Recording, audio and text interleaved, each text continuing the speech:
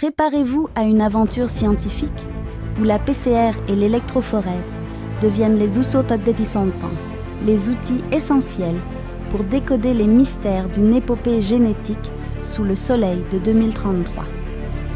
Nous sommes en octobre 2033 et dénombrons de nombreuses personnes présentant de nouveaux phénotypes physiologiques fonctionnels. Elles semblent capables d'absorber les rayons solaires et de les convertir plus intensément, phénotype P1, ou moins intensément, phénotype P2, en glucose grâce à leur protéine d'hémoglobine, un peu comme si elles possédaient de la chlorophylle. Les scientifiques recherchent si cette capacité à devenir autotrophe résulte d'une ou de plusieurs mutations du gène bêta, se situant sur le chromosome 11 humain, codant pour la chaîne protéique bêta de l'hémoglobine.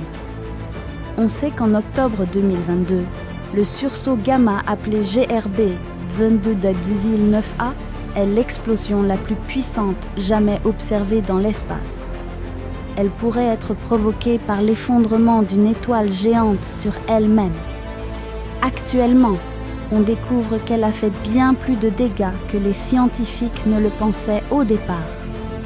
En effet, ce 9 octobre 2022, le sursaut gamma a duré 800 secondes sur Terre, le temps pour l'explosion de transférer 1 gigawatt de puissance dans notre haute atmosphère. Pour vous donner une idée, c'est l'équivalent de la puissance d'un réacteur nucléaire. Aussi, la couche d'ozone a été partiellement appauvrie et temporairement détruite autour de la planète Terre. Or, cette couche nous protège des rayons UV du Soleil.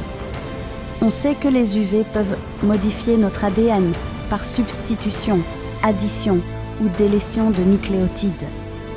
Afin de valider ou non les hypothèses des scientifiques, on vous propose de justifier l'utilisation de 2 techniques, la PCR et l'électrophorèse, puis de les mettre en place judicieusement afin d'obtenir des résultats exploitables pour répondre à leurs recherches. Vous avez tout